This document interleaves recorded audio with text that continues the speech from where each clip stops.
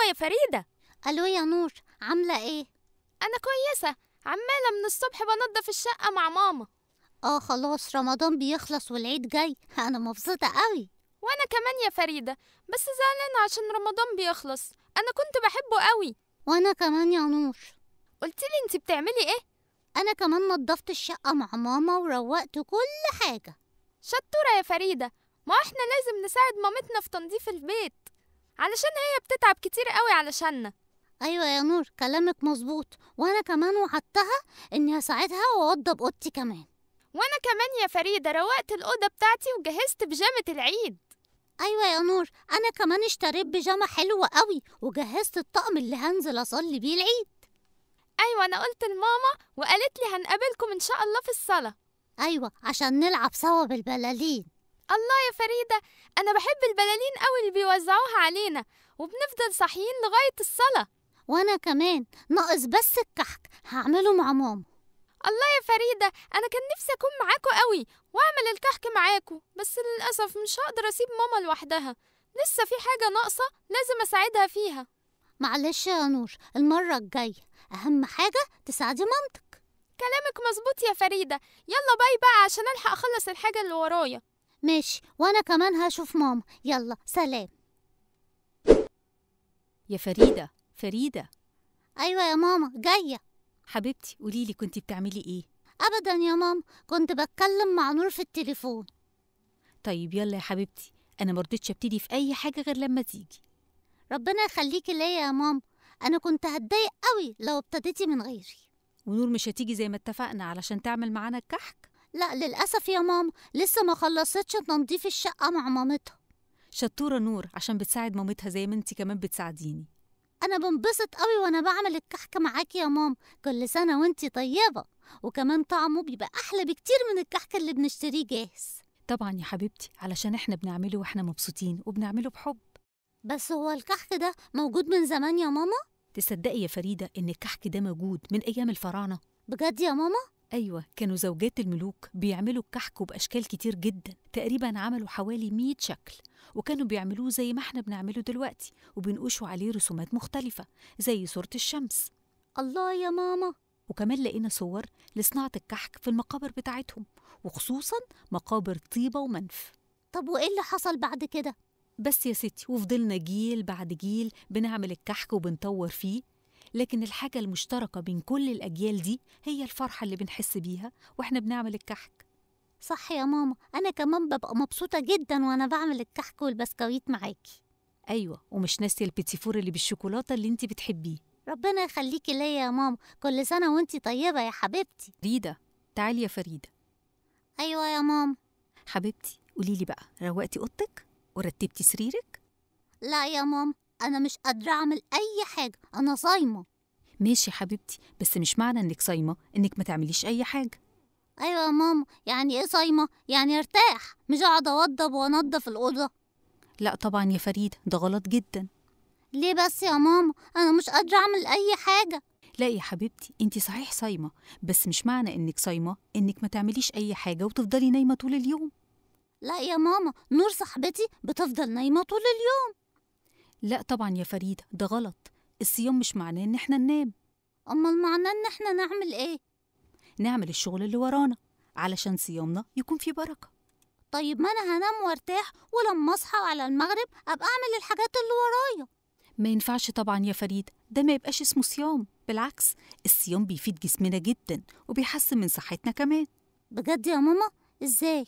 الصيام بيحسن من صحة القلب، وكمان بينظم السكر في الدم، وبيحسن من صحة الجهاز الهضمي، وبيخلينا نقدر نتخلص من السموم اللي في الجسم، وبيزود من تركيزنا، ده غير انه بيقلل من احساسنا بالتوتر والقلق. كل دي فوائد الصيام يا ماما؟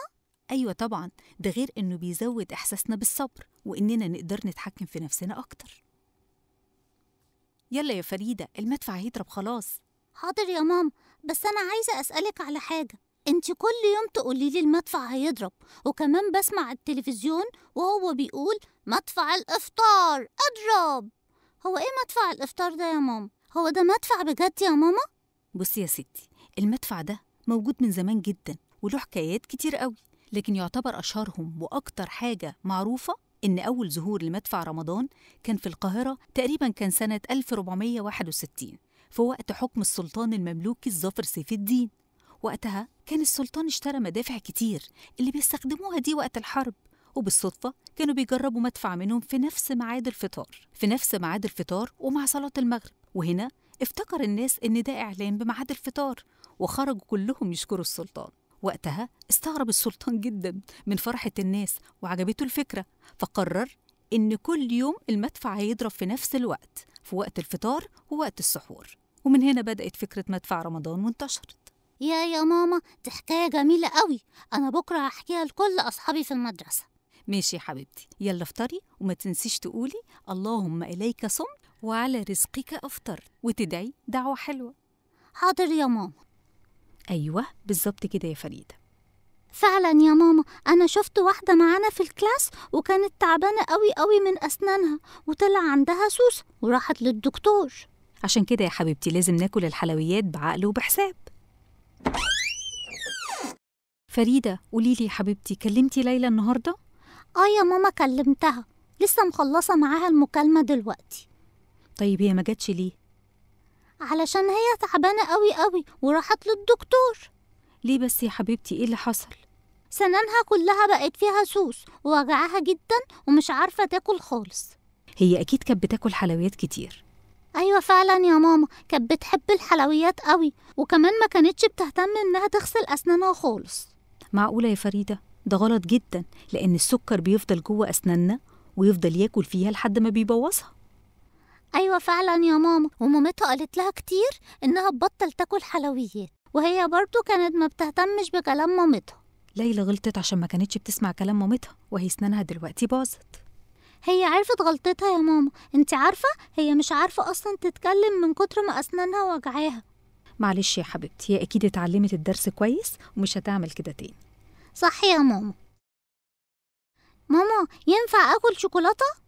بس انتي أكلتي النهاردة الشوكليت كيك بتاعتك وكانت كبيرة قوي يا فريدة. طب يا ماما، ما هي طعمها جميل والسكر طعمه جميل قوي. طب ايه رأيك نجيب حاجة تانية وتكون طعمها حلو وبرضه فيها سكر وما تضرناش؟ أنا موافقة. شوفي الطبق ده يا فريدة، موز وتفاح وجوافة، كلها حاجات طعمها جميل قوي ومسكرة وتدينا كمان طاقة كبيرة. الله يا ماما، دي طعمها حلو قوي وفعلا مسكرة. شفتي بقى؟ لازم يا فريدة ناكل كل حاجة بس باعتدال وما نزودش في أي حاجة. وكمان الفاكهة أهم بكتير من الحلويات، وبتدينا طاقة وبتدينا سكر، بس سكر مفيد مش ضار زي الحلويات. صح يا ماما. طب ممكن مرة حاجة حلوة ومرة فاكهة؟ برافو عليكي، هو ده بالظبط، إننا نعمل توازن عشان ننبسط بكل حاجة من غير ما تضرنا. ماما معاكي حق، أنا متحمسة قوي يا نور لليوم الرياضي ده. وانا كمان يا فريدة قوي قوي. مين عارف يا ولاد، احنا ليه كل سنة بنعمل يوم رياضي في المدرسة؟ علشان ننبسط، لأننا بنحب اللعب والتنطيط قوي يا مس. ماشي يا نور، بس أكيد مش ده السبب الوحيد. السبب الأساسي يا ولاد إن الرياضة مفيدة جدا لينا ولصحتنا، وهي اللي بتخلينا عندنا نشاط، وكمان بتخلينا أقوياء يا مس. صح يا فريدة. ومش بس كده، دي بتخلينا كمان مبسوطين، لأننا لما بنلعب رياضة جسمنا بيفرز هرمون السعادة، ووقتها بنحس بالراحة والبهجة. طيب مين مستعد بقى للتحديات والألعاب اللي عندنا النهاردة؟ أنا. يلا كله يجي يقف عند الخط ده صف واحد علشان نبدأ أول لعبة، وهي سباق الجري. أنا اللي هكسب يا نور. لا، أنا اللي هسبقك أكيد يا فريدة. مش مهم يا ولاد مين يكسب أو مين يسبق، الأهم إن كلنا ننبسط. يلا جاهزين؟ 1 2 3. يا ميس أنا جريت بسرعة قوي وما وصلتش برضو. أهم حاجة إنك بذلتي مجهود وعملتي أقصى حاجة عندك. المرة الجاية هتسبقي. كلامك مظبوط يا ميس. برافو يا ولاد، كلكم أبطال، مش مهم مين سبق أو مين ما سبقش. يلا بسرعة بقى علشان تستعدوا للتحدي اللي جاي، لسه عندنا حاجات كتير قوي. اتفقنا. شكلك مبسوطة قوي النهاردة يا فريدة. قوي قوي يا ماما، كان يوم رياضي جميل جدا. الرياضة مهمة قوي يا فريدة علشان صحتنا. والميس كمان قالت لنا إن الرياضة دي بتخلينا مبسوطين. علشان كده أنا على طول بكون حريصة إننا نروح التمرين حتى في وقت الدراسة. بس يا ماما، أنا ساعات بزهق وبكون مش عاوزة أروح. يا حبيبتي ده علشان صحتك وعلشان عضلاتك تقوى ويبقى عندك لياقة بدنية. كلامك مظبوط يا ماما. وما ينفعش طول الوقت نفضل قاعدين على الآيباد بس، ضروري نلعب رياضة. خلاص يا ماما، أنا من النهاردة مش هتعب وأروح التمرين من غير كلام كتير. شطورة يا حبيبتي. يلا دلوقتي قسموا بعض مجموعات، كل 5 يشتغلوا مع بعض، وما تنسوش هستلموا منكم الأسبوع اللي جاي، محدش يتأخر. هو ما ينفعش يا ميس كل 2 يعملوا البروجكت ده سوا؟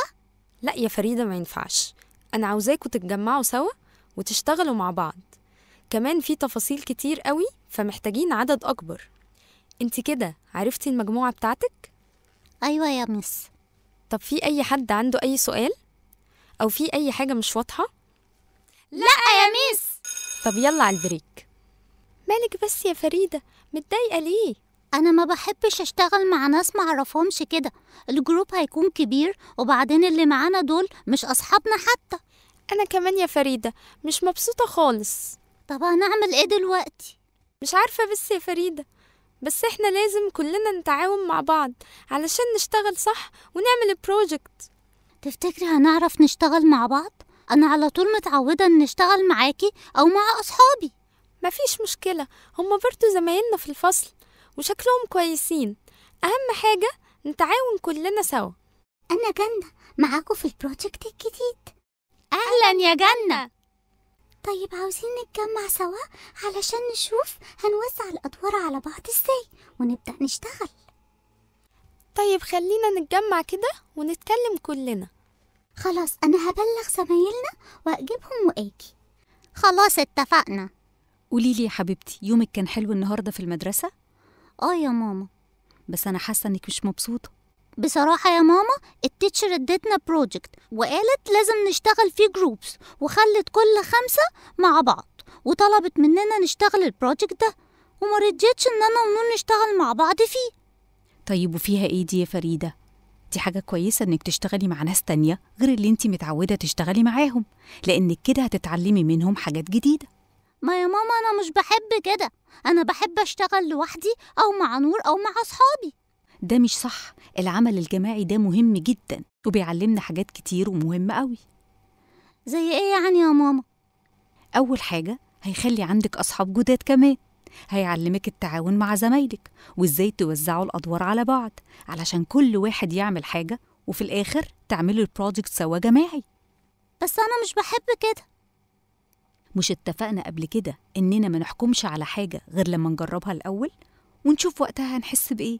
ما نور قالت لي كده برضه. خلاص جربي وأكيد مش هتندمي. كل ما أعملها مش عاوزة تتعمل. يوه أنا زهقت بقى. أنا عاوزة أعمل أطول برج بسرعة بسرعة. يا ربي كل ما أعملها تقع. أنا زهقت مش هعملها تاني. في إيه يا فريدة؟ مالك بتزعقي ليه؟ يا ماما كل ما أجي أعمل المكعبات برج كبير مش بتتعمل وكمان بتقع. طيب ما انتي عاوزة تعمليها بسرعة ودي محتاجة تركيز وصبر يا حبيبتي.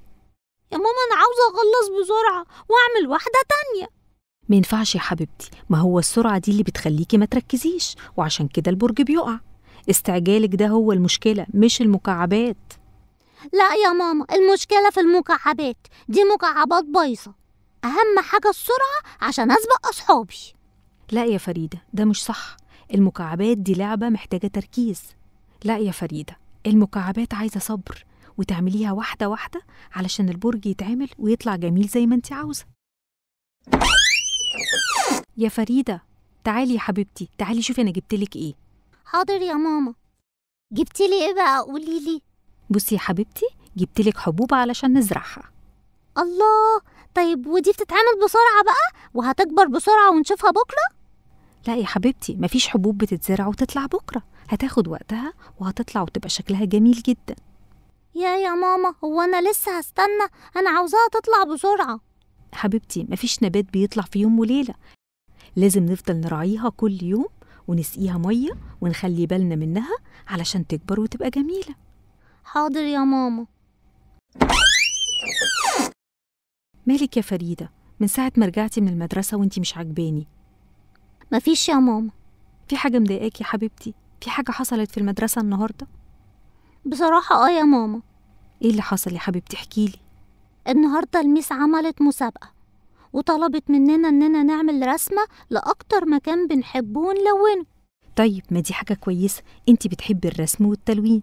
وبعدين ايه اللي حصل؟ أنا كنت عاوزة أخلص أول واحدة في أصحابي، فرسمت بسرعة جدا ولونت بسرعة جدا ورحت للمس واديتها لها. طيب قوليلي والنتيجة كانت ايه؟ أنا ما كسبتش في المسابقة، والرسمة طلعت وحشة جدا، كلها شخابيط والألوان كلها داخلة في بعضها. شفتي بقى يا فريدة، دي نتيجة التسرع وإنك مش بتركزي ولا بتصبري. أنا قلتلك قبل كده مش مهم مين يخلص الأول، أهم حاجة إن الحاجة تطلع حلوة. كلامك صح يا ماما، أنا مش هعمل كده تاني. خلاص يا حبيبتي، حصل خير، وأنا واثقة إنك أكيد اتعلمتي. أنا بحبك أوي يا ماما.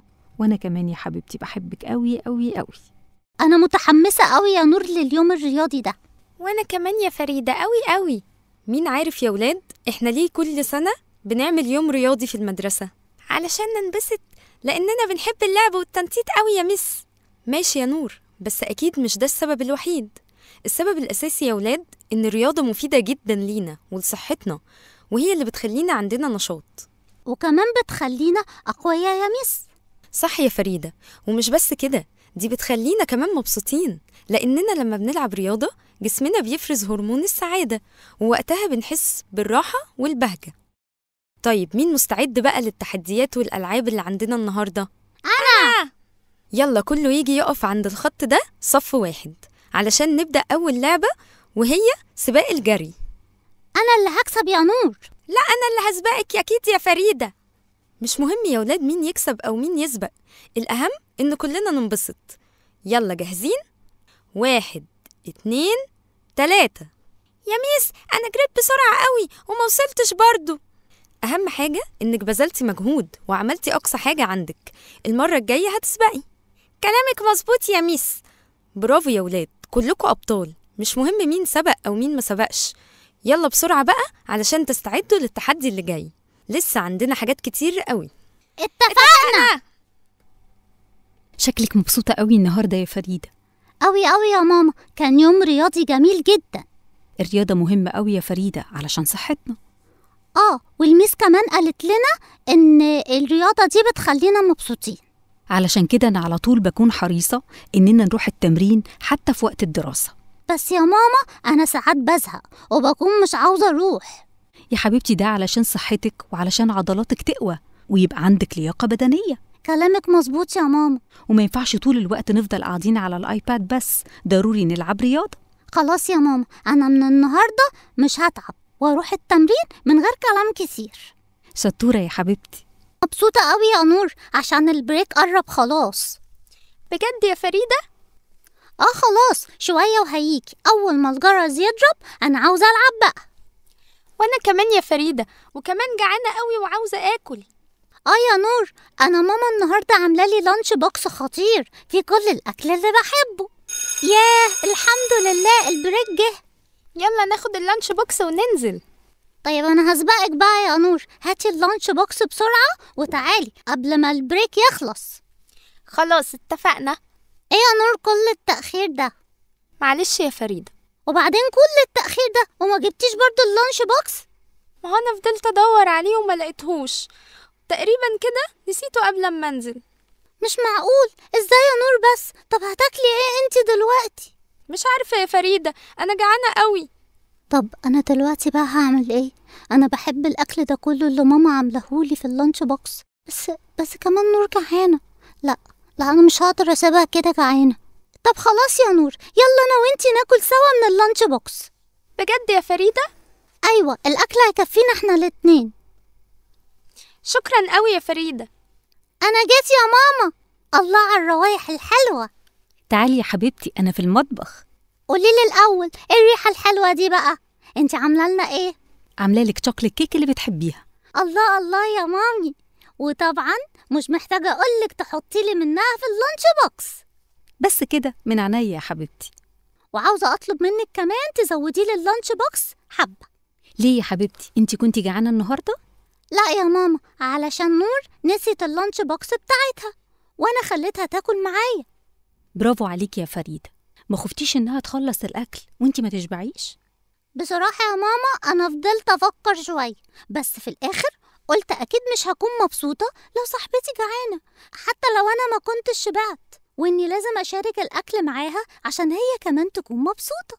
شطورة يا فريدة، انتي اتصرفتي صح. لما بنشارك الحاجة اللي بنحبها مع أصحابنا ده بيحسسنا بالسعادة.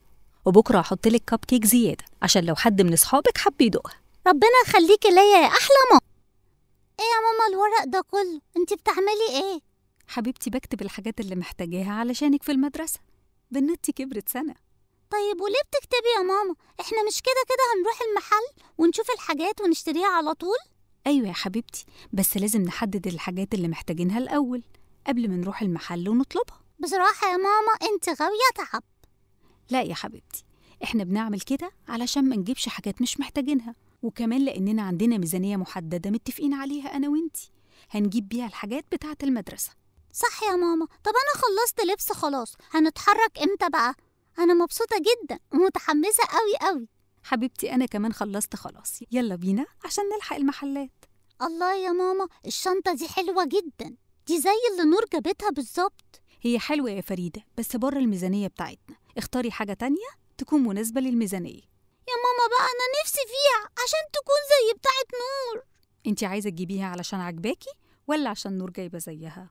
بصراحة يا ماما عشان نور جابت زيها وصورتها لينا وبعتتها وقالت لنا إن شنطتها مفيش زيها. شفتي بقى يا فريدة، يعني انتي مش عايزة تشتريها عشان هي مفيدة أو هتفرق معاكي في حاجة، واحنا اتفقنا إن كل واحد مننا ليه ظروف وإمكانيات وبيتعامل على أساسها. كلامك مظبوط يا ماما، ومن غير ما نقول اشمعنى. صح يا حبيبتي. تعالي نبص هناك، أنا شفت شنط حلوة جدا وتنفع على قد الميزانية. مبسوطة يا حبيبتي بالحاجات اللي جبناها؟ قوي يا ماما، دي طلعت حاجات حلوة خالص. شفتي بقى إن الحاجات مش بسعرها الغالي لكن باستخدامنا ليها واحتياجنا ليها. صح يا ماما، وكمان إننا كتبنا كل حاجة محتاجينها قبل ما ننزل ساعدنا قوي إننا ما ننساش حاجة ولا نجيب حاجات كتير على الفاضي. مظبوط يا حبيبتي، وعلشان انتي كنتي شاطرة وملتزمة باتفاقنا أنا فخورة بيكي جدا وهجيب لك مفاجأة. بجد يا ماما؟ هي إيه بقى؟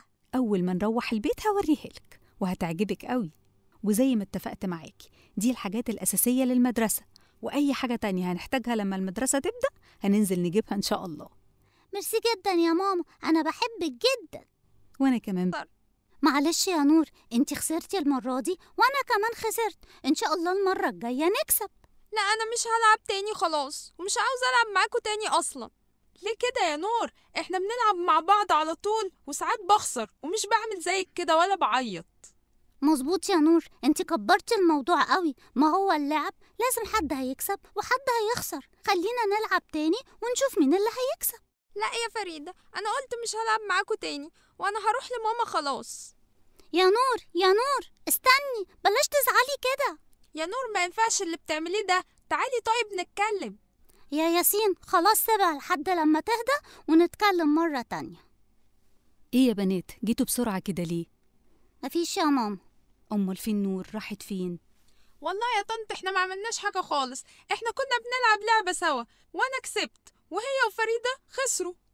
أيوة يا ماما، وزعلت جدا وكانت متضايقة وفضلت تعيط عشان خسرنا وقالت لنا مش هتلعب تاني.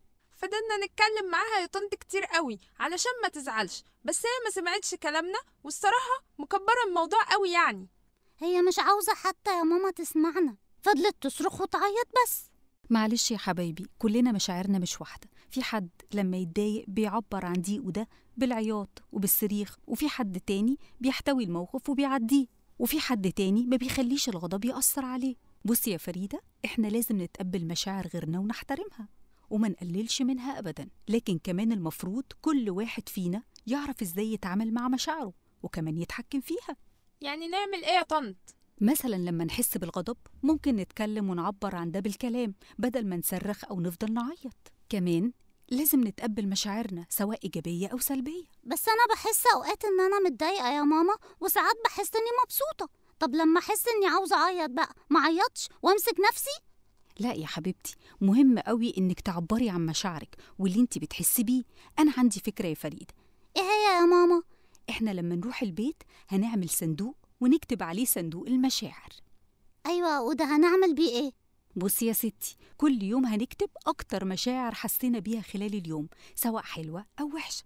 وفي الويك إند هنفتح الصندوق ده، وأنا وإنتي هنختار ورقة واحدة بس، والمشاعر اللي هتطلع فيها هنعبر عنها ونناقشها، كل واحد فينا بطريقته. الله يا ماما، دي فكرة حلوة قوي. وده هيخليكي مع الوقت تقدري تتكلمي عن مشاعرك وتعبري عنها. أنا بحبك قوي. جاهزة في الرحلة؟ أيوة يا ماما، أنا حضرتها امبارح ورجعت عليها النهاردة الصبح قبل ما أنزل. شطورة يا فريدة. أنا متحمسة قوي قوي يا ماما للرحلة دي. الأهرامات حلوة قوي وهتعجبكم جدا يا فريدة. أنا ونور ما رحناهاش قبل كده خالص، وكان نفسنا نروحها قوي قوي. إن شاء الله يا حبيبتي تنبسطوا. بيقولوا هناك في حصان وجمل، ممكن نركبهم كمان يا ماما. أيوة يا حبيبتي، بس أهم حاجة تاخدي بالك على نفسك وتركزي مع الميس وما تبعدوش عنها. حاضر يا ماما، وهسمع كلامها. ماشي يا حبيبتي، خلي بالك على نفسك. باي باي يا ماما. صباح الخير يا حبايبي، النهاردة رحلتنا للأهرامات إن شاء الله. أيوة يا ميس. هنشوف أبو الهول يا ميس. أيوة يا فريدة، هنشوف أبو الهول، وكمان هنعمل جولة حوالين الأهرامات وهنعرف تاريخها وكمان أسرار كتير عن الفراعنة. أهم حاجة يا ولاد نسمع الكلام ومحدش يبعد، وكمان نحافظ على نظافة المكان ومحدش يخالف التعليمات أبدا.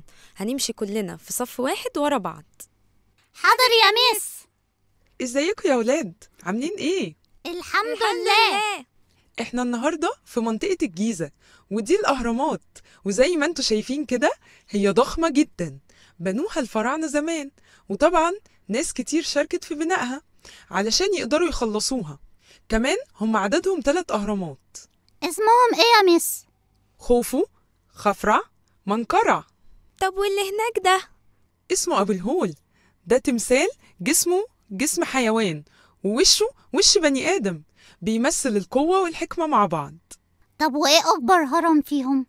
هرم خوفو طبعا هو أكبر هرم في مصر، وبيعتبر من عجائب الدنيا ال7، وفضلوا يبنوا فيه 20 سنة تقريبا.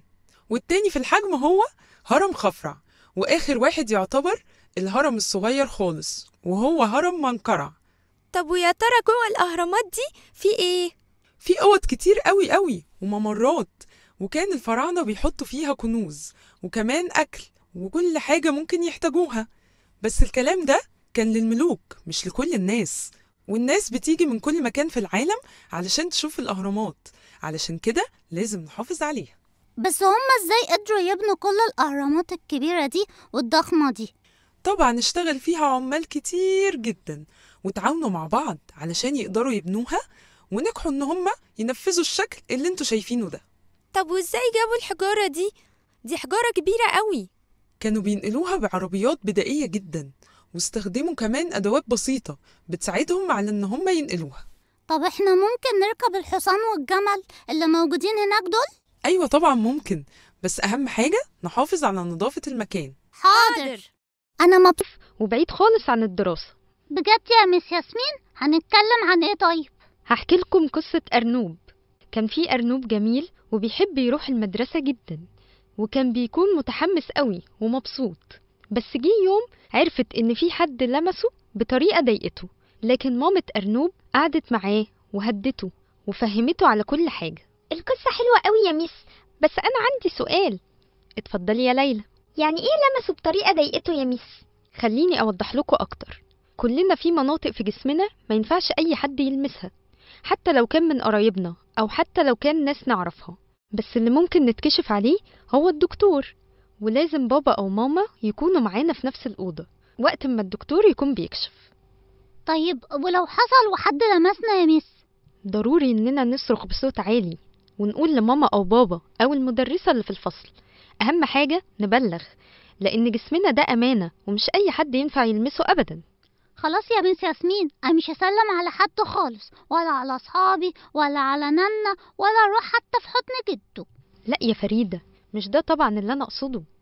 احنا صح إننا نسلم على أصحابنا وتيتا وجدو، مدام ده ملوش علاقة بالأماكن اللي اتكلمنا عليها، ولا بيضايقنا ولا بيخلينا نحس بوجع. كمان ضروري ما نقلعش هدومنا قدام حد خالص غير بابا وماما، ولو حد طلب مننا ده نرفض ونبلغ بابا وماما على طول. بس يا ميس، ماما وبابا ممكن يزعقوا كده؟ لا، عمر ما ماما او بابا هيزعقوا، بالعكس دول هيفرحوا بيك لانك قلت لهم، وهم هيتصرفوا على طول حتى لو الشخص ده من عيلتنا او صحابنا. عشان كده ما ينفعش نتكلم مع اي حد غريب يا مس، صح؟ صح يا ياسين، كل واحد مننا عنده حدود لجسمه، ومش من حق اي شخص انه يتعدى الحدود دي. يلا يا ولاد، ده وقت البريك. يا ماما أنا جيت. تعالي يا حبيبتي، عملتي ايه النهارده؟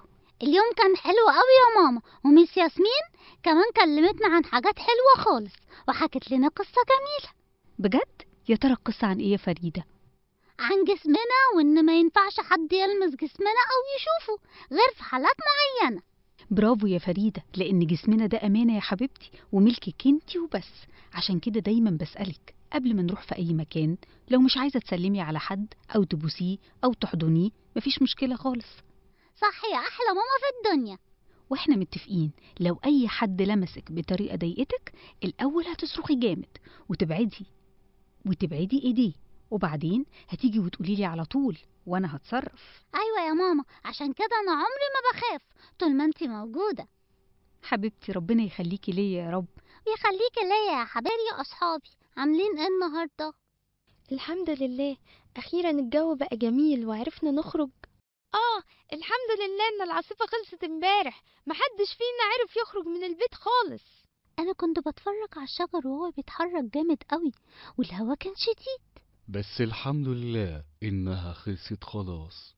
شفتوا حتى ورق الشجر في الأرض إزاي، وكل حاجة مش في مكانها خالص. ايه ده؟ حد سامع اللي انا سامعه؟ أنا سامع صوت جاي من هناك تقريبا. انا مش عارف انا فين، الحمد لله اني لقيتكم. اهدى واحكي لنا ايه اللي حصل يا زقزوق عشان نعرف نساعدك. انا كنت في السوق مع مامتي، وفجأة قامت العاصفة وما لقيتش ماما جنبي، وما عرفتش اوصل لاي حد من عيلتي، وفضلت امشي لحد ما وصلت لهنا. طب ما تقلقش، احنا هنساعدك ان شاء الله.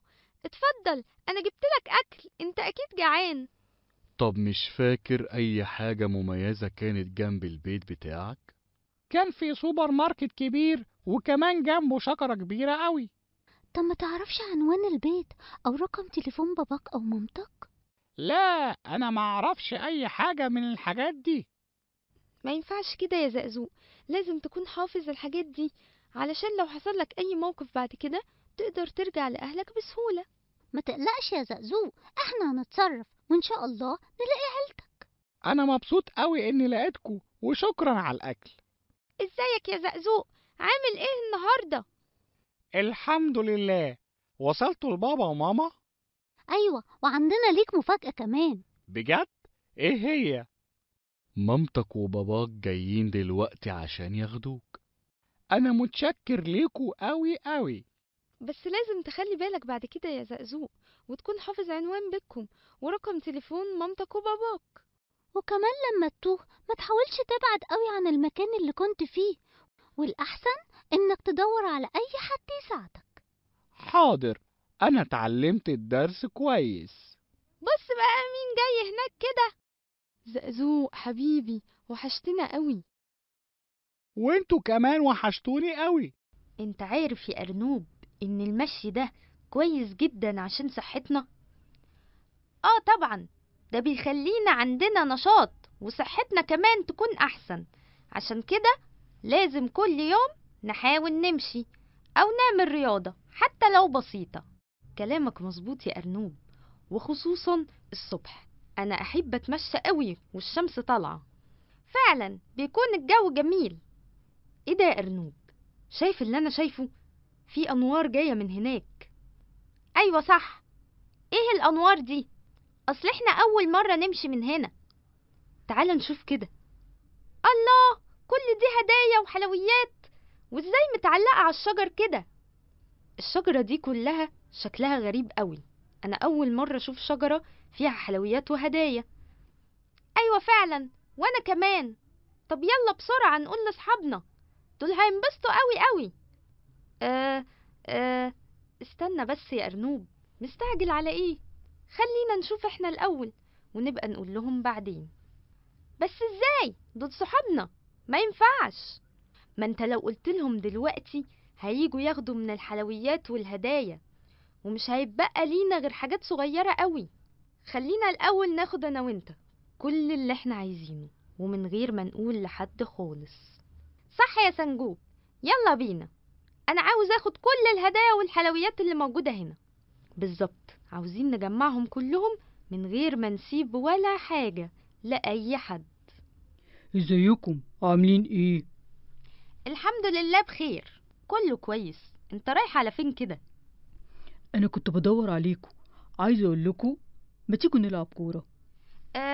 لا لا، مش هينفع النهارده خالص. اصل احنا من الصبح بنتمشى وتعبنا جدا جدا، يا دوب هنروح البيت نريح شويه.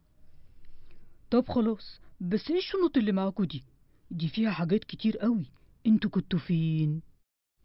ابدا ابدا، ده كنا بنشتري شويه حاجات كده ولازم نروح البيت بسرعه عشان الوقت ما يتاخرش علينا اكتر من كده. طب اساعدكم واشيل معاكم لحد ما توصلوا البيت؟ لا لا لا، شكرا يا فلافيلو، البيت خلاص قريب من هنا. يلا باي. طيب سلام. مالك يا فلافيلو قاعد لوحدك كده ليه؟ اصلي قابلت النهارده سنجوب وارنوب وكانوا متوترين كده ومعاهم حاجات كتيره، بس محدش فيهم قال لي ايه الحاجات ومشوا بسرعه. طب وايه المشكلة؟ عادي، يمكن تعبانين ولا حاجة. لا يا زوزو، في حاجه غريبه ورا سنجوب وارنوب. انا حاسس انهم مخبيين حاجه ومش عاوزين حد يعرفها. انا حاسة انك مكبر الموضوع على الفاضي. هيخبوا ايه يعني؟ مش عارف يا زوزو، بس في حاجه غريبه انا متاكد. ما تخليش الفضول يأثر عليك يا فلافيلو، مش كل حاجة لازم نعرفها. سيب كل واحد في حاله. مش فضول يا زوزو، انا بس خايف عليهم لحسن يوقعوا نفسهم في مشكله هم مش قدها. انا بقالي كذا يوم كل ما اقول لهم نلعب يقولوا لي مش فاضيين، وبشوفهم في نفس المكان رايحين الصبح وراجعين بشنط كتير قوي. انت بدأت تقلقني. طيب خلينا نشوف الموضوع ده فيه ايه. كده برضو بتلعبوا من غيرنا؟ انا كنت بقول لك انت وارنوب تلعبوا معانا وانتوا كنتوا بتقولوا لا وبتطلعوا حجج كتير. لا اصل احنا خلاص يا سنجوب، ما بقتش محتاج تكذب وتطلع اي حاجة وخلاص. احنا عرفنا كل حاجة خلاص، وعرفنا انتوا كنتوا مخبيين علينا ايه. عرفتوا ايه يعني؟ شجرة الهدايا والمفاجآت اللي مليانة حلويات وهدايا كتير قوي اللي لقيتوها وما قلتوش لحد عليها خالص عشان تبقى ليكوا انتوا وبس، واللي كل يوم تروحوا تاخدوا منها حاجات كتير قوي. احنا كنا هنقول لكم بس يعني ما جاتش مناسبة كده. عموما احنا قررنا ان احنا مش هنلعب معاكوا تاني بعد اللي انتوا عملتوه، ومش احنا بس، ده مفيش اي حد في الغابة هيلعب معاكوا. ليه كده بس يا زوزو؟ احنا ما كناش قصدنا شر. لا يا سنجوب، احنا غلطنا وطمعنا في الهدايا والمفاجآت اللي موجودة في الشجرة كلها. يا ريتك سمعت كلامي من الأول وكنا قلنا لأصحابنا عليها وفرحنا سوا. على فكرة لو كنتوا قلتولنا من الأول عمر ده ما كان هيقلل من فرحتكم أو من نصيبكم من الهدايا والمفاجآت، لأن المشاركة مع الصحاب دي أحلى حاجة، وفرحتنا سوا كانت هتكون أجمل بكتير من إن انتوا خبيتوا وطمعتوا في كل حاجة ليكوا لوحدكم. انت صح يا فلافيلو، واحنا اتعلمنا الدرس خلاص. صدقني يا فلافيلو، انت وزوزو احنا اسفين على اللي حصل مننا، وده مش هيتكرر تاني ابدا. كان يا مكان كان في ديك مغرور دايما يقول لاصحابه انا صوتي جميل، انا احلى صوت في الغابة. وفي يوم من الايام الثعلب شاف القطة متضايقة من الديك وغروره، قال لها ايه رأيك اكل الديك وخلصت منه ومن غرور؟ مش للدرجة دي يا ثعلب. ايه رأيك تساعديني اكل الديك وانا جبتك كل يوم فرتكيه؟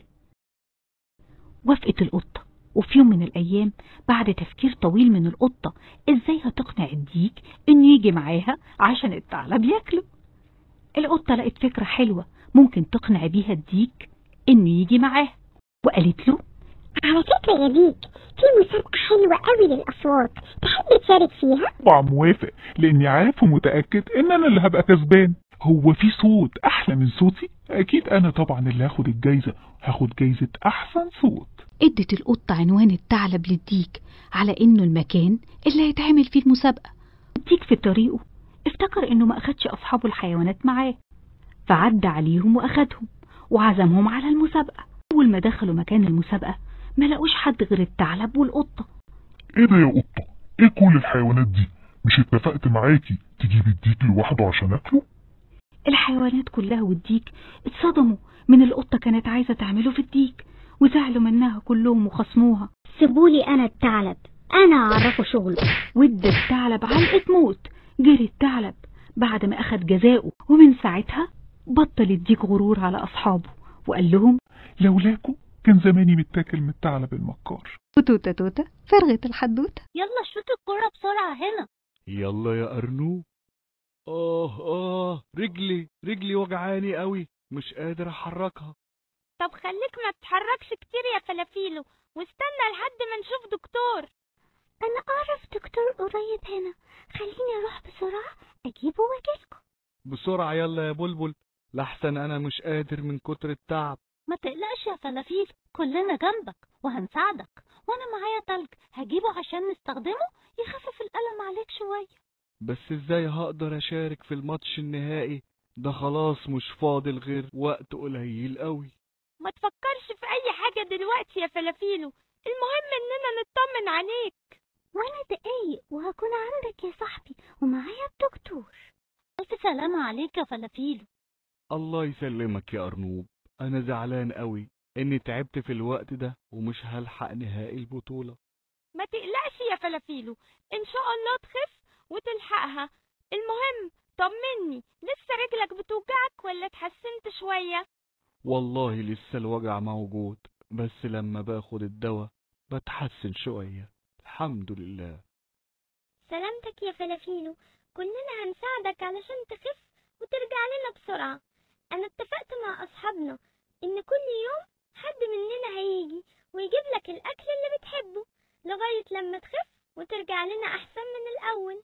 شكرا قوي، بس ده تعب عليكم. ازاي يا فلافيلو؟ احنا اصحاب وقسمنا على بعضنا الأدوار. أيوة، واتفقت أنا وأرنوب إننا هنيجي كل يوم علشان ننظف البيت ونشوف لو محتاج أي حاجة علشان نشتريها. وأنا كمان يا فلافيلو عشان أتابع معاك أخدت كل الأدوية وكل الحاجات الناقصة. أنا بجد متشكر ليكوا كلكم، ومش عارف من غيركم كنت عملت إيه.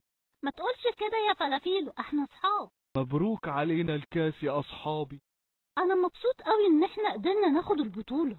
وأنا كمان مبسوطة قوي علشان فلافيلو معانا.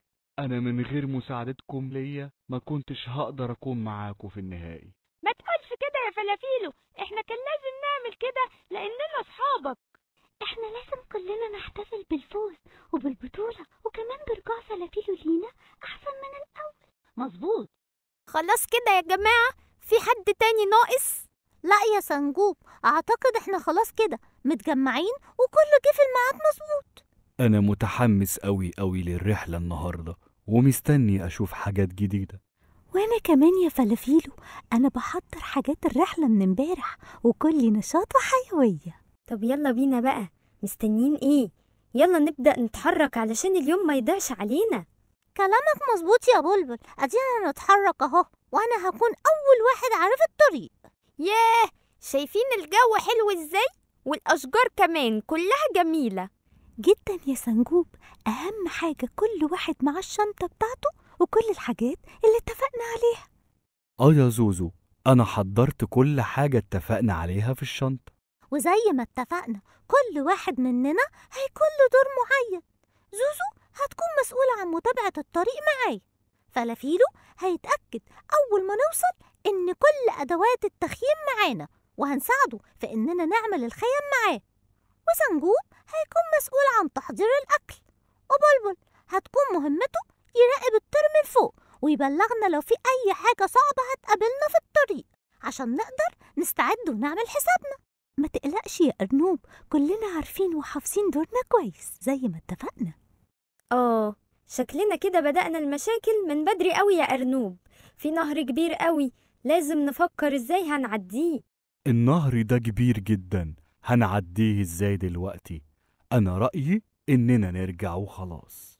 لا يا فلافيلو، ما ينفعش نستسلم بسرعة كده، خلينا نهدى ونفكر ازاي ممكن نحل المشكلة دي. كلامك مظبوط يا أرنوب. أنا عندي فكرة، شايفين هناك جذوع الأشجار دي؟ خلينا نشيلها ونحطها هنا عشان تبقى زي الجسر كده، ووقتها هنقدر نعدي عليها بكل سهولة وأمان. فكرة ممتازة يا سنجوب، برافو عليك. طول ما احنا بنفكر سوا وبنتعاون هنقدر نحل أي مشكلة. يلا بينا عشان ما نضيعش الوقت. يا جماعة انتوا متأكدين ان احنا ماشيين صح؟ أنا حاسس إننا بنلف ونرجع لنفس المكان تاني كل شوية، كأننا في متاهة. أنا كمان حاسس إن في حاجة غلط، المفروض نكون وصلنا أو قربنا للمكان اللي هنعمل فيه الخيم. فعلا يا جماعة في حاجة مش مظبوطة. خلينا نقف هنا وأرنوب يشوف الخريطة تاني وبلبل يشوف الطريق من فوق كده. ايه الأخبار؟ وصلتوا لحاجة؟ يا جماعة أيوة فعلا احنا في طريق زي المتاهة، بس ما تقلقوش، أنا شفت المكان من فوق وقدرت أعرف ممكن نخرج منه إزاي. طب الحمد لله، أنا كنت حاسس إن في حاجة غلط. خلاص يا بلبل، خليك انت شايف الطريق وانا هتابع معاك على الخريطة لحد ما نخرج من المكان ده. خلاص يا جماعة مش فاضل كتير. ياه، أخيرا وصلنا لمكان التخييم. أيوة هو ده المكان، ايه رأيكم فيه؟ جميل قوي قوي وكله أشجار وورد. أنا انبسطت قوي في الطريق وتعلمت كمان إن أي مشكلة بيكون ليها حل، بس لازم نتعاون مع بعض. فعلا يا زوزو، وكمان نهدى وما نتوترش ولا نخاف علشان نعرف نفكر صح ونوصل للحل. أنا كمان مش هنسى اللي اتعلمته النهاردة أبدا. يلا بقى يا فلافيلو، انت وسنجوب مهمتكم بدأت، واحنا كمان هنساعدكم في عمل الأكل والخيم. ما تقلقش يا أرنوب، كل الأدوات جاهزة، ناقص بس نبدأ. أيوة يا أرنوب، وحاجات الأكل كمان جاهزة، فاضل لها حاجات بسيطة جدا. أنا فخور بيكم جدا يا أصحابي وبشجاعتكم، وكنت واثق إن كل واحد مننا هيكون قد المسؤولية بتاعته وإنه هينفذها بأحسن شكل. مبروك يا أرنوب على الجايزة، فعلا تستاهلها، رسمتك كانت حلوة قوي. شكرا يا سنجوب، أنا فعلا بقالي أكتر من أسبوعين شغال عليها، بس لولا تشجيعكم ما كنتش هعرف أعمل أي حاجة. ده تعبك يا أرنوب ومجهودك، عشان كده تستحق الفوز. فعلا يا جماعة لما الواحد بيتعب في حاجة وبيعمل فيها مجهود ضروري يلاقي نتيجة للتعب ده. كلامك مظبوط يا بلبل، عشان كده لازم نتعب ونبذل مجهود عشان نلاقي نتيجة. طيب ايه بقى يا جماعة، مش هنشوف الجايزة يا أرنوب علشان نحتفل؟ لا طبعا، دي مفاجأة أنا جبتها معايا. ايه ده؟ هي راحت فين؟ أنا متأكد إني سبتها هنا. طب دور عليها كويس بس يا أرنوب. انت متأكد ان انت اخدتها معاك؟ يمكن تكون سبتها في البيت. لا أنا متأكد إني أخدتها معايا. طب يا جماعة خلينا نقسم نفسنا وندور عليها. هي شكلها عامل ازاي يا أرنوب؟ هي على شكل بيضة مصنوعة من الذهب. طيب كده الموضوع بقى أسهل بكتير عشان شكلها هيكون مميز. يلا بينا نتفرق وكل واحد مننا يدور في مكان. يا ترى بس هتكون راحت فين؟ أنا بقالي كتير بدور ومش لاقي أي حاجة. يمكن أرنوب نسيها في البيت؟ أنا تعبت ومش قادر. طب خليني أقعد أريح شوية تحت الشجرة اللي هناك دي. إيه ده؟ في حاجة بتلمع هناك، يا ترى إيه دي؟ أهي البيضة الذهبية بتاعت أرنوب. الله، دي شكلها حلو جدا وبتلمع، وأكيد كمان غالية قوي لأنها من الذهب. يا بختك يا أرنوب، لأنها بتاعتك وهتاخدها ليك على طول وهتفضل عندك. بس أنا ممكن أخدها ليا وكأني ما لقيتهاش، وهقول لهم إني ما لقيتش حاجة ومحدش هياخد باله. أنا هكون مبسوط قوي لو فضلت معايا. أنا نفسي تكون بتاعتي، بس كده أرنوب هيزعل أكيد، بس مش مشكلة، هيزعل شوية وبعدها هينبسط عادي. أنا هشيلها وكأني ما لقيتش أي حاجة. هاي يا جماعة، حد لقى حاجة؟ أنا دورت في المكان ما لقيتش أي حاجة خالص. وأنا كمان ما لقيتش أي حاجة خالص، ده أنا دورت في الغابة كلها. يعني كده خلاص ضاعت. انا اللي غلطان، ما خدتش بالي وخليتها تضيع مني. كده كل تعبي ضاع خلاص. ده انا تعبت قوي في المسابقة دي لحد ما كسبت. لا يا أرنوب، ما تقولش كده. تعبك ما ضاعش ولا حاجة، انت استفدت حاجات كتيرة جدا غير الجايزة. صح يا زوزو، واتعلمت حاجات كتير واتعرفت على أصحاب جديدة، كل دي مكاسب. تفتكر مين ممكن يعمل كده؟ دي أمانة، ويطمع في حاجة مش بتاعته. أكيد حد لقاها وطمع فيها. لا يا سنجوب، مستحيل حد يعمل كده ويخون الأمانة. يا جماعة، أنا عاوز أقول لكم على حاجة، وأنا عارف إني غلطان، بس سامحوني. في إيه يا فلافيلو؟ إيه اللي حصل؟ بصراحة أنا لقيت البيضة الدهب بتاعت أرنوب. طب كويس، ساكت ليه من الصبح؟ اوعى تكون طمعت فيها يا فلافيلو وخنت الأمانة. للأسف يا سنجوب، كلامك صح، بس أنا عرفت غلطتي ومش هكررها تاني، ما تزعلوش مني. أهم حاجة تكون اتعلمت من غلطتك عشان ما تكررهاش تاني. أنا اتعلمت الدرس ومستحيل أكرره تاني. أنا آسف يا أرنوب، أنا آسف ليكم كلكم. وأنا مش زعلان يا فلافيلو، أهم حاجة إنك عرفت غلطتك واتعلمت منها. افتحي يا زوزو، أنا أرنوب. ازيك يا زوزو، عاملة ايه؟ الحمد لله كويسة، اتفضل. أنا جبتلك الأكل اللي طلبتيه زي كل يوم. ايه ده يا زوزو؟ ازاي البيت عامل كده وكل الحاجات دي محتاجة تترتب؟ تسلم ايدك، انا مش قادرة يا أرنوب اعمل اي حاجة. ازاي يا زوزو؟ امال طول اليوم بتعملي ايه؟ ابدا، بصحى من النوم وبفضل قاعدة على الكنبة بتفرج على التلفزيون واكل طول اليوم لغاية لما انام. ازاي بس يا زوزو؟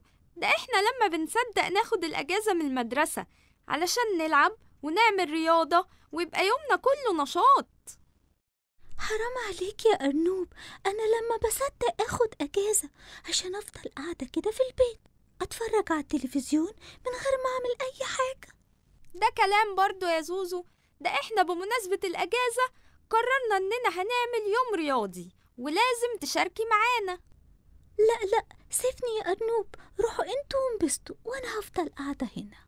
خلاص، اللي يريحك يا زوزو. خلاص كده كل حاجة بقت جاهزة ولا لسه ناقص حاجة؟ لا، أعتقد إن احنا جهزنا كل حاجة لليوم الرياضي. أنا متحمس قوي. وأنا كمان هيكون يوم كله نشاط وحيوية وجري بقى وكده. بس في حاجة هتكون ناقصة ومش عارف هنحلها ازاي. ايه هي؟ زوزو مش عاوزة تشارك معانا وفاكرة إن الأجازة كلها نوم وأكل وإنها تتفرج على التلفزيون وبس من غير ما تعمل أي حاجة. دي مشكلة كبيرة فعلا. طب حد عنده فكرة إزاي نحل المشكلة دي؟ أنا عندي فكرة هتتعلم منها زوزو درس عمرها ما هتنسيه. طب يلا قول لنا بسرعة، إيه هي؟ ازيك يا بلبل؟ ما شفتش أرنوب؟ أنا ما شفتوش النهاردة خالص. انتي ازيك يا زوزو؟ فينك؟ بقالك كتير قوي ما بنشوفكيش من ساعة ما أخدنا الأجازة. أنا من ساعة ما خدت الأجازة وأنا مش بعمل أي حاجة غير إني أنام وأتفرج على التلفزيون. حتى الأكل كنت متفقة مع أرنوب يجيبوا ليا كل يوم، بس النهاردة ما جاش. انتي كده تتعبي من الكسل ده وصحتك كمان تتأثر. لازم تتحركي وتعملي أنشطة مختلفة وحاجات لذيذة. هي الأجازة مش معمولة للكسل. انت بتقولي نفس كلام أرنوب. أنا دلوقتي جعانة ومش لاقي حد يجيب لي أكل. ممكن تجيب لي أكل يا بلبل؟ للأسف مش هينفع يا زوزو، أنا عندي مشاوير كتير ولازم أخلصها. بس أنا جعانة قوي وتعبانة قوي كمان. لازم تعتمدي على نفسك يا زوزو وتجيبي الأكل بتاعك بنفسك. التعب اللي انت فيه ده نتيجة الكسل، وانت مش بتتحركي خالص وطول الوقت قاعدة أو نايمة. انت بتقولي نفس كلام أرنوب. أنا هروح أدور على أرنوب أسهل. أنا لو منك بدل ما أضيع وقت في إني أدور على أرنوب أستغل الوقت ده في إني أجيب لنفسي الأكل وآكل بدل ما أنا جعان. خلاص كده كله جاهز؟ قبل ما نبدأ كله فهم المسابقة هتكون في اليوم الرياضي ازاي؟ ايه ده؟ بصوا مين جاي هناك. دي زوزو. برافو عليك يا زوزو، ايه النشاط والحيوية دي كلها؟ أيوة، أنا قررت إني هشارك معاكم في اليوم الرياضي كمان. شطورة يا زوزو، وتعلمت الدرس بسرعة كمان. ده حقيقي يا أرنوب، لما خرجت عشان أعتمد على نفسي بعد ما أنت اختفيت وما بقيتش تجيب لي الأكل، لقيت جسمي كله وجعني وصحتي بقت تعبانة جدا طول الوقت. عشان كده كان لازم أرجع وأعتمد على نفسي تاني من غير كسل. كلامك مظبوط يا زوزو، الأجازة عمرها ما كانت للكسل أو النوم، بالعكس إحنا لازم نحاول نعمل حاجات مفيدة ونستفيد بالأجازة عشان صحتنا تكون أحسن. كان يا مكان كان في قرد جعان عمال يفكر يا ترى أعمل إيه، أنا جعان قوي. لقى شجرة مليانة خوخ، طلع الشجرة وجاب أكبر خوخة، وهو ماشي في طريقه وقبل ما ياكل الخوخة لقى الأرض مليانة ذرة. أخد عود كبير مليان ذرة وساب الخوخة وقال أكيد هشبع أكتر لو أكلت الذرة. وهو ماشي لقى بطيخة، قال لنفسه أكيد البطيخ أكبر وهيشبعني أكتر. ساب من إيده الذرة وأخد البطيخة. وهو ماشي في طريقه لقى أرنب، قال الله أنا هجري ورا الأرنب وامسكه، ده أكيد لحمه جميل ولذيذ وفروته كمان هتدفيني. فضل يجري ورا الأرنب لحد ما الليل جه وما بقاش شايف الأرنب. روح بيته وهو جعان وقال لنفسه لو كنت رضيت بالخوخة أو الذرة أو حتى البطيخة ما كنتش هبقى جعان دلوقتي. وادي آخرة الطمع. وتوتة توتة فرغت الحدوت. كان يا مكان في قديم العصر وقديم الأوان حيوانات كتير عايشين في سلام مع بعض في الغابة. وفي يوم من الأيام مامة الفيل صحته وقالت له صباح الخير يا فلفول، يلا يا حبيبي علشان تفطر. رد عليها فلفول لا يا ماما، أنا مش عاوز آكل، أنا عاوز أخس زي كل حيوانات الغابة. ومشي فلفول وهو حزين. قابل في طريقه الأرنب ولقاه عمال يتنطط. قال بينه وبين نفسه يا بختك يا أرنب، انت خفيف ورشيق وعمال بتتنطط.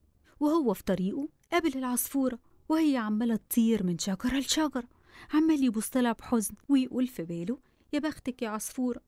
كمل طريقه وهو ماشي قابل الحمار المخطط والغزالة، قالوا له تعالى معانا نعوم في البحيرة يا فلافيلو. رد عليهم فلفول وقال لهم أنا مش عاوز أعوم، أنا أصلا كرهت جسمي الكبير وتقلي، كان نفسي أبقى خفيف ورشيق زيكم.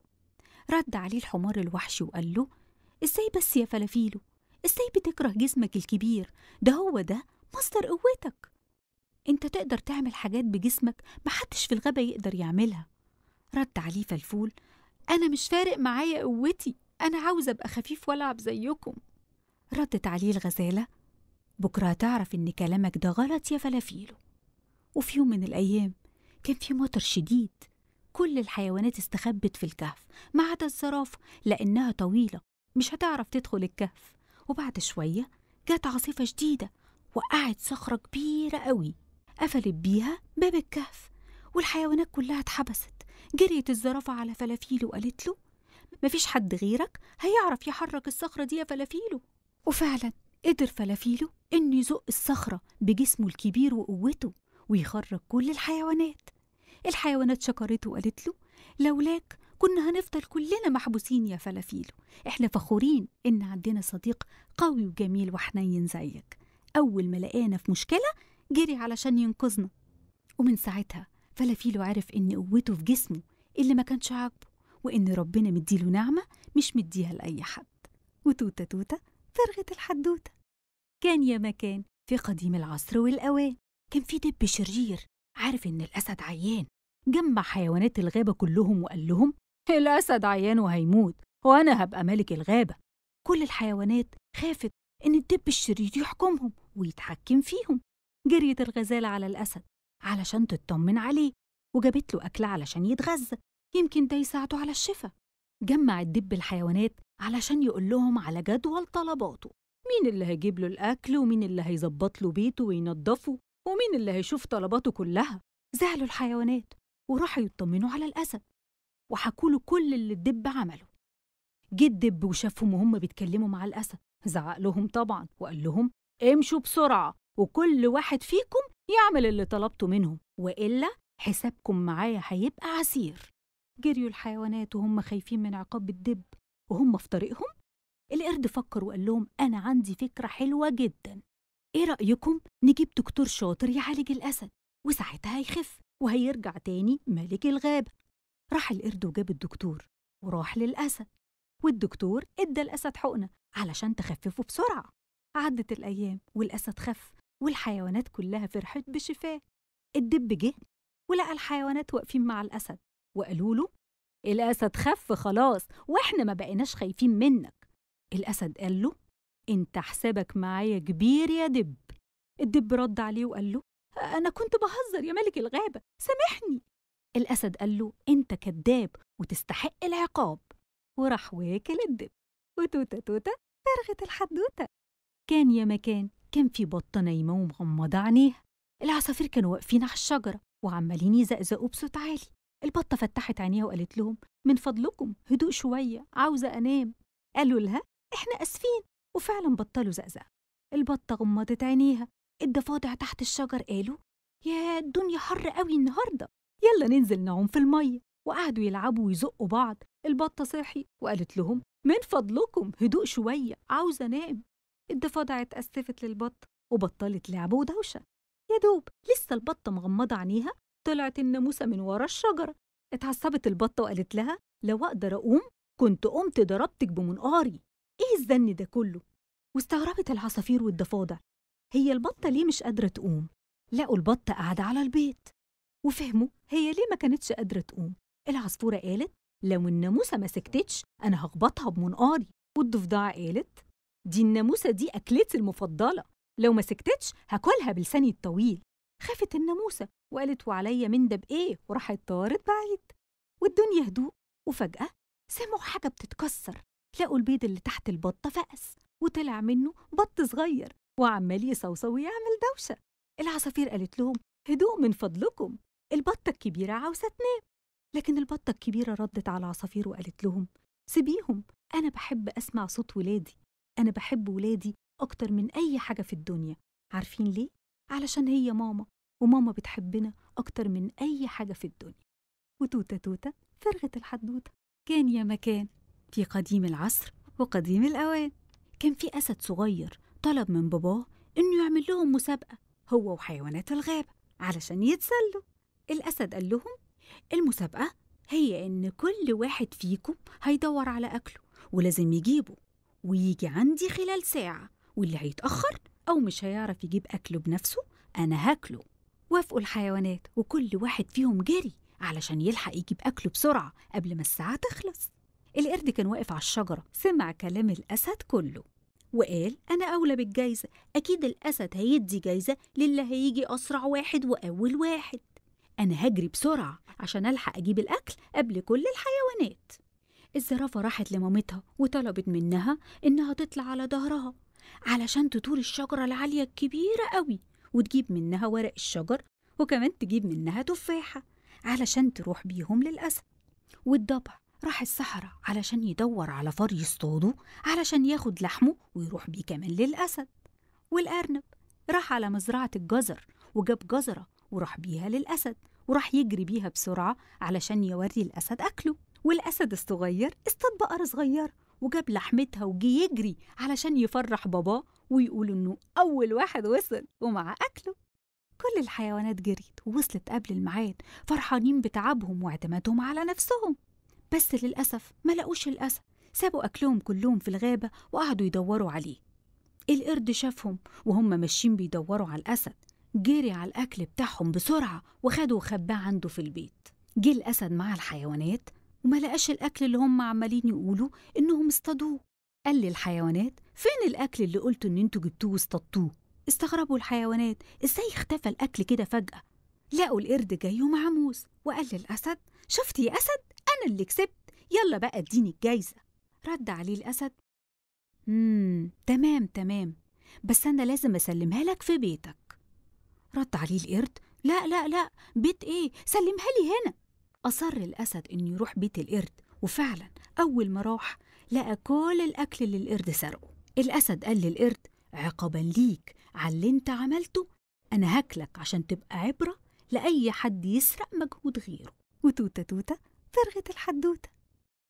كان يا مكان كان في ثعلب كسلان مش عاوز يساعد ولا يشارك حيوانات الغابة في أي حاجة، وفي يوم من الأيام جمع الأسد كل الحيوانات وطلب منهم يبنوا سد علشان يحوشوا فيه المية، علشان ده موسم المية. وافق كل الحيوانات وابتدوا في حفر السد إلا الثعلب المكار. كل يوم يقول لهم أنا تعبان، رجلي بتوجعني، مش هقدر أساعدكم النهاردة، خليني بكرة. لحد ما خلصوا بناء السد وهو ما ساعدهمش في أي حاجة. جه الثعلب بالليل بعد ما كل الحيوانات ناموا وقعد يشرب من المية الموجودة اللي كل الحيوانات تعبت في بناء السد علشان يقدروا يحوشوها، وهو عمال يشربها على الجاهز. قعد الثعلب يشرب من المية كل يوم، والمية كل يوم عمالة تنقص، لحد ما الحيوانات لاحظوا إن المية عمالة بتقل يوم بعد يوم.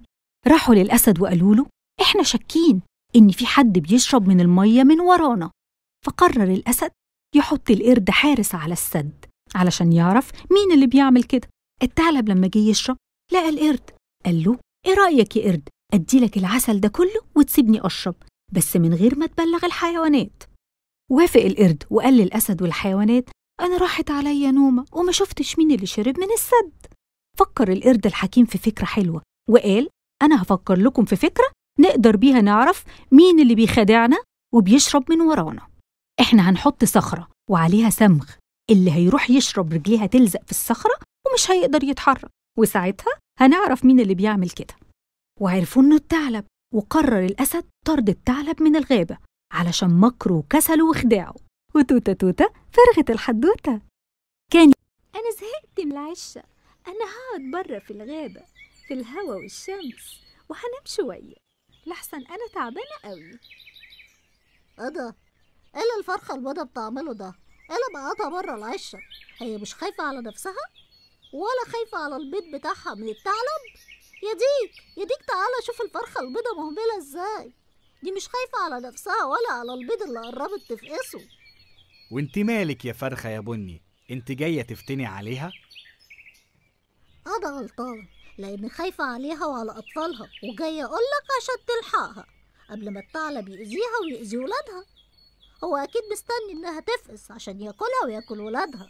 أنا رايحة عشتي أهتم بالبيض لحد ما يفقس وأخد بالي عليه. لما أروح أشوفها بنفسي. ده صحيح، الفرخة البيضة نايمة برا العشة وعرضة هي وأطفالها للخطر. أنا لازم أديها درس علشان تبطل إهمال تاني، وهروح للفرخة البني وخليها تاخد عندها الكتاكيت أولاد الفرخة البيضة. لما تفقس أنا هروح أتفق معاها. اللي رجعك تاني يا ديك؟ عاوزك تاخدي عندك الأولاد الصغيرين، لما تفقسهم أنا عارف إنك هتاخدي بالك عليهم لأنك مش مهملة زيها. يلا بقى يا حلوة افقسي علشان اكل الكتاكيت الصغيرين دول، هيبقوا طعمهم حلو قوي ولذيذ.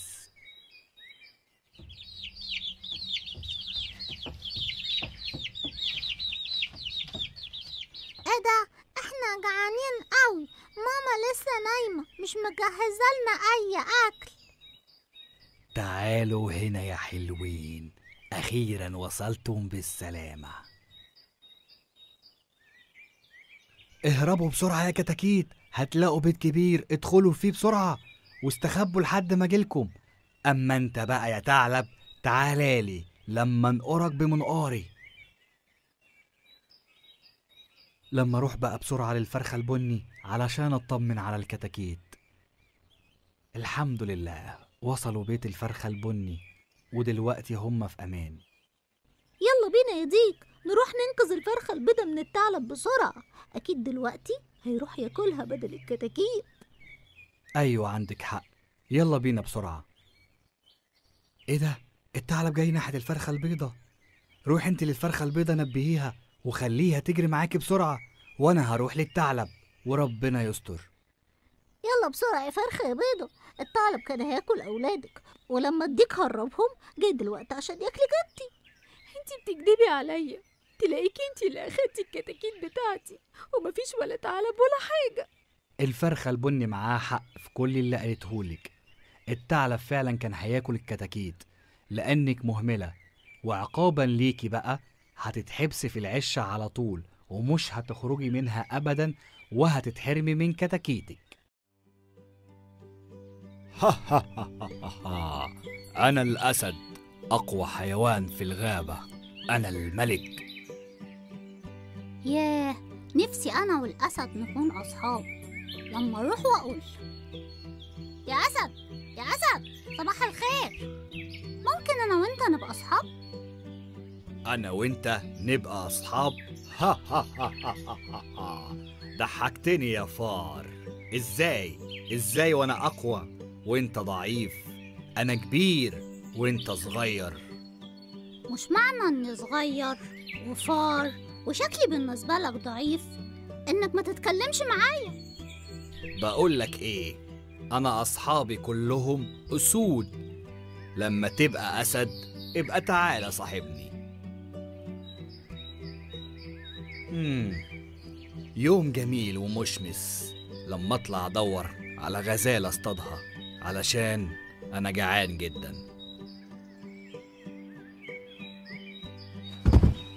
إيه ده؟ أنا وقعت في حفرة والشبكة محوطاني من كل ناحية. أنا اتحبست في الشبكة، وبعدين هعمل إيه؟ هطلع إزاي بالشبكة دي؟ إيه ده؟ مين اللي ماشي هناك ده؟ ده الفار. يا فار تعالى هنا ساعدني، من فضلك الحقني. انت الوحيد اللي ممكن تساعدني، مفيش حد هنا غيرك. انت بتكلمني انا؟ هو في حد غيرك هنا؟ بكلمك انت طبعا. بس انا مش كبير ولا اسد وكمان ضعيف. شوف حد من اصحابك الاسود يساعدوك. ارجوك ارقد الشبكة باسنانك وخرجني، وانا اسف على الكلام اللي قلته لك قبل كده. يعني لو انقذتك وخرجتك من الشبكة هتعرف ان مفيش قوي وضعيف، وان كل واحد فينا عنده ميزة مش موجودة عند التاني، ونبقى اصحاب. اكيد. شكرا ليك يا فار. انا ما كنتش فاكر اني ممكن احتاج لك، بس فعلا كلنا بنكمل بعض. من النهاردة انا وانت بقينا اصحاب يا فار.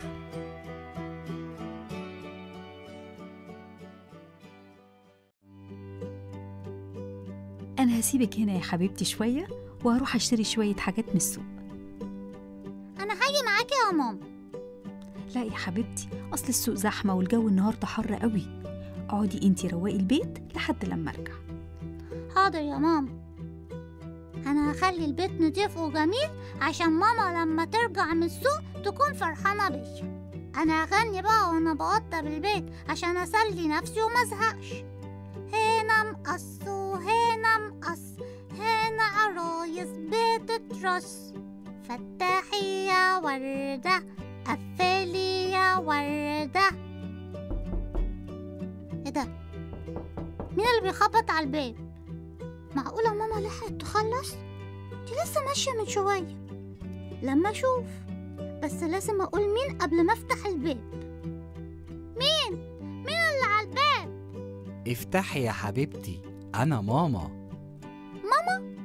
لا، ده مش صوت ماما. افتحي بسرعة يا حبيبتي، لحسن أنا شايلة حاجات كتير وإيدي وجعاني. أمال صوتك متغير ليه؟ مش متغير ولا حاجة، أنا بس تلاقيني أخدت شوية برد ولا حاجة. ده أكيد الثعلب المكار. دي مش ممكن تكون ماما.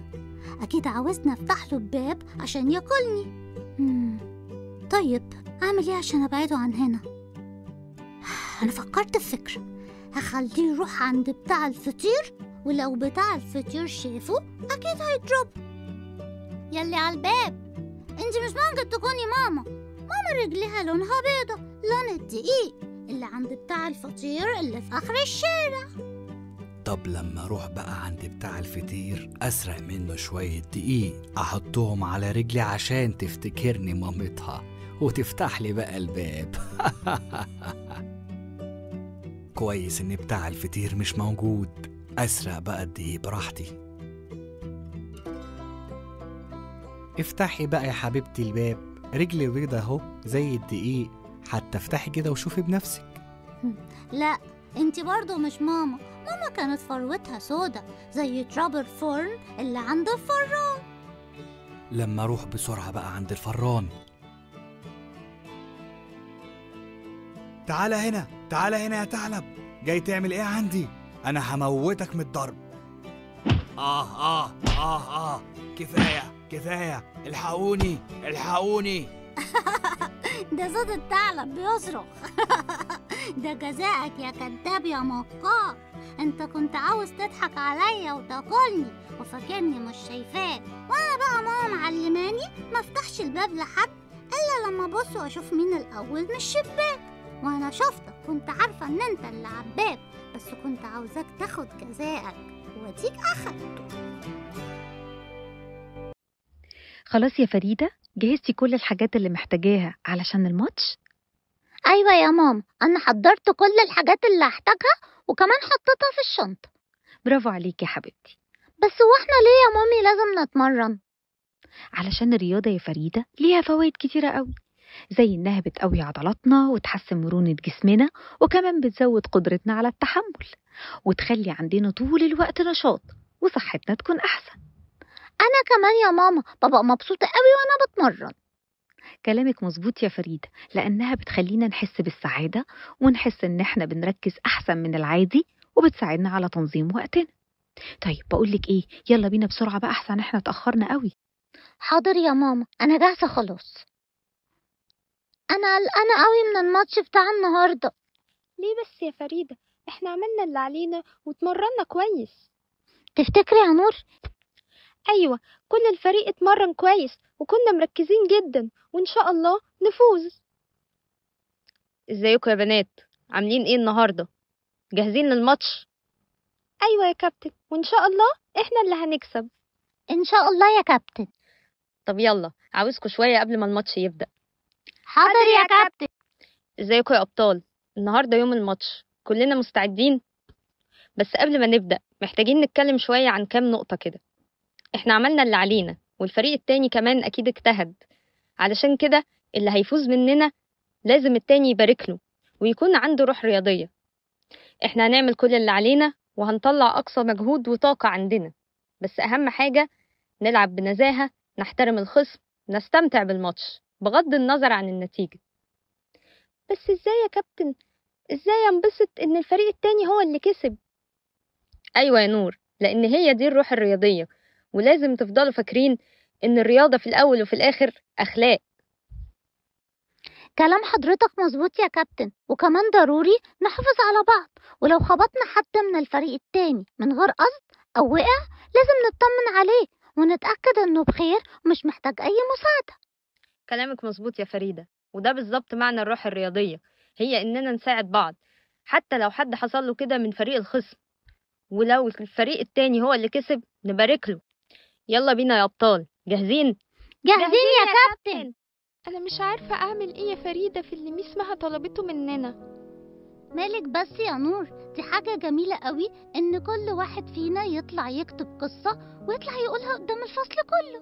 ما هو أنا خايفة يا فريدة أتلخبط أو أغلط ويفضلوا يضحكوا عليا، وبعدين أنا مش بعرف أتكلم قدام كل الناس دي.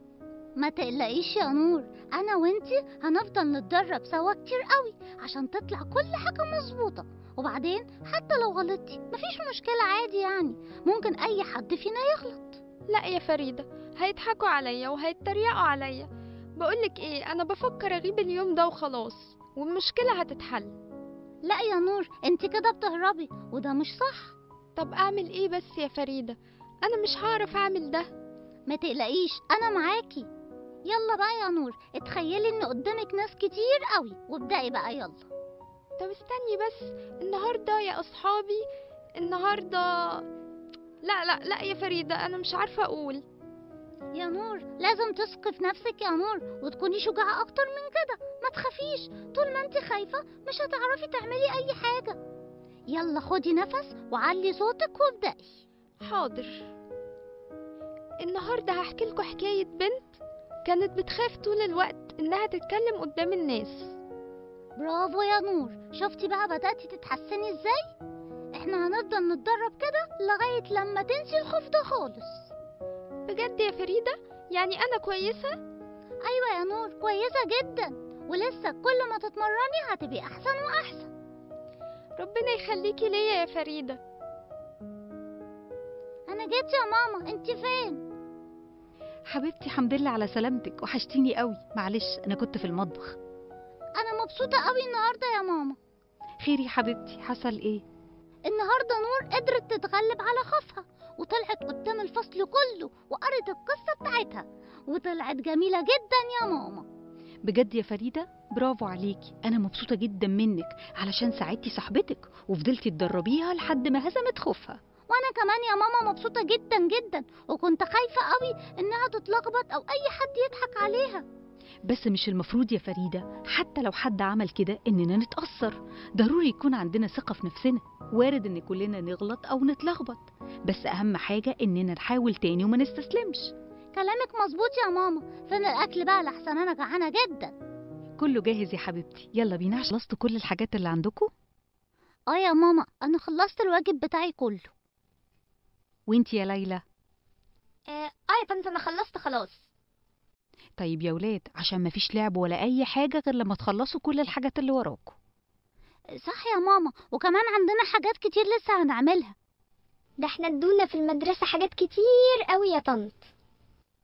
طيب لو لسه في اي حاجة عندكم كملوها الاول قبل ما تبدأوا لعب. قصدي يا ماما. لا يا فريدة، احنا خلصنا خلاص كل اللي ورانا. طب اتأكدوا كده علشان قبل ما تلعبوا تكونوا خلصتوا. خلاص يا ماما. ماشي يا حبايبي، لو عوزتوا اي حاجة اندهولي، انا قاعدة بره. هنعمل ايه دلوقتي يا ليلى؟ ما تقلقيش، بس احنا لما المدرسة هتسألنا عملتوا الحاجة المطلوبة منكم ولا لأ، هنقول لها عملناها، وهي اكيد مش هتركز معانا يعني. انا خايفة قوي يا ليلى، يا ريتنا ما كدبناش وقعدنا خلصنا اللي ورانا امبارح. يا فريدة، ما احنا كل يوم بنقعد نعمل الواجب، مش هيحصل حاجة يعني لو النهاردة ما عملناهوش. بس ده اسمه كدب يا ليلى. ما تكبريش الموضوع بقى يا فريدة، هتعدي، بس انتي خليكي واثقة من نفسك كده. وبعدين هي ميس ياسمين عقبال ما تنده علينا هيكون لسه اصلا في الحصة، هتكون خلصت خلاص. انا مش مطمنة، ربنا يستر يا ليلى. انا غلطانة اني سمعت كلامك. فريدة وليلى تعالوا عشان توروني عملتوا ايه. انت جيتي يا حبيبتي؟ انا هنا. ايوه يا مامي انا جيت. مالك يا حبيبتي؟ شكلك زعلانة كده ليه؟ اصل النهاردة في المدرسة حصلت حاجة كده غريبة شوية. ايه اللي حصل يا حبيبتي؟ طمنيني. انا وليلى كدبنا عليك امبارح. ازاي تعملوا كده يا فريدة؟ يا ماما انا اسفة، ما كنتش متخيلة ان الموضوع هيوصل لكده. احنا المدرسة النهاردة خرجتنا، ولما عرفت الحقيقة عاقبتنا. حقها يا فريدة، وانتي اوعي تكدبي تاني، لان الكذب ده صفة وحشة جدا، وبعد كده الناس عمرها ما هتصدقك.